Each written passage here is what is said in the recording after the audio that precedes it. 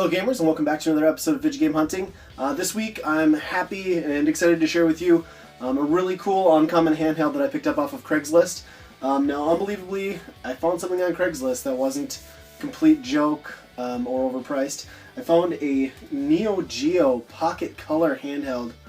This was listed for 20 bucks. Got the system here, came with a copy of Sonic the Hedgehog Pocket Adventure. And then it also came with this really cool,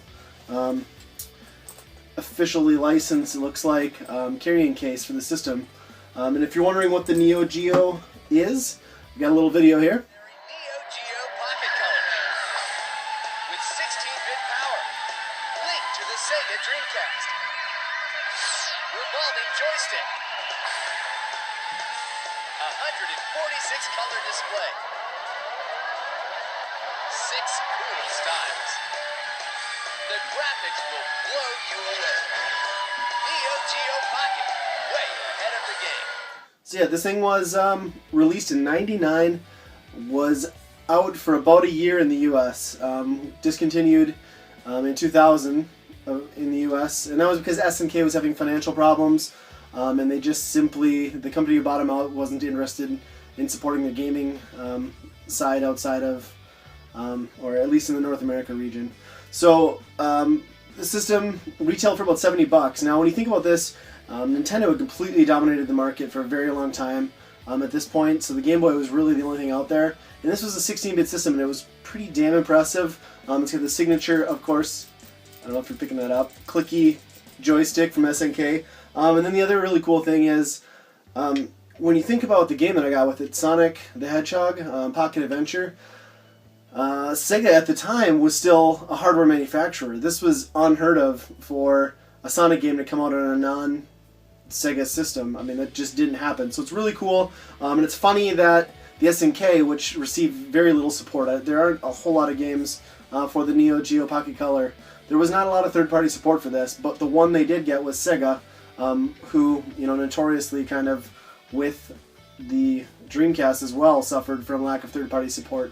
So it's cool to see them work together, and it's really cool to have a Sonic game come out for this great little handheld. I'd highly recommend finding one of these, picking it up. I mean, it's not easy to get games for, is the only downside, but it's really cool, and it's a system that I've wanted for a very long time and never had the opportunity to buy when it was first out.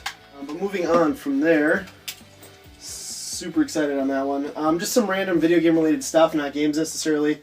Don't have a whole lot. I'm actually trying to save up. I'm going to the Midwest Gaming Classic in Milwaukee here, coming up in the second week of April, I believe. So it's right around the corner, so I'm trying to stick away a bunch of money for that. So I haven't been game hunting as much as I usually do.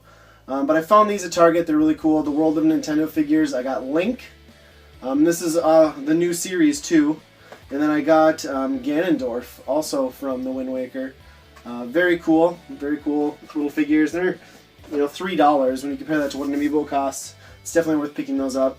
Some more Target clearance finds. I got Fuse for the Xbox 360, $5.98. Don't know a whole lot about it, but it was dirt cheap, so I grabbed it. And now this was another Target clearance find. It's got the online item sticker, so it had been returned. It's the Grand Theft Auto 4 bundle for the PlayStation 3, but it also comes with a wireless headset, and this was marked at $3.56. So I really couldn't pass it up. I already have the game, but I'll sell the game off, make my money back, and get to keep the headset. So figured that was a win.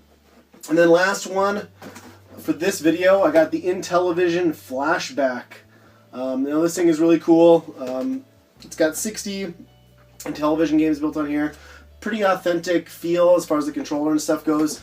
And for these older systems, these flashbacks to me are kind of cool because I really have no interest in collecting the actual system itself. I mean, you know, I played with a couple of Intellivisions as I grew up. You know, some of the neighbors had them, but it's not a system that I'm going to go out of my way to get or pick up games for. So to get something like this, it's kind of cool, pays tribute to it, lets me play some of the games on a somewhat realistic revision, I guess, of the original hardware. You know, you get that same classic look and feel. To me, that's worth it. And this was at Sam's Club, and they had a markdown in $19.99. I've always seen them $40 everywhere else, so I couldn't pass this one up. I'm looking forward to giving it a shot. Haven't put that in yet. But yeah, not a whole lot this week, guys. Just some random pickups. Still super pumped about that Neo Geo Pocket Color. I've been playing a whole lot of that. That Sonic game is actually really good on there.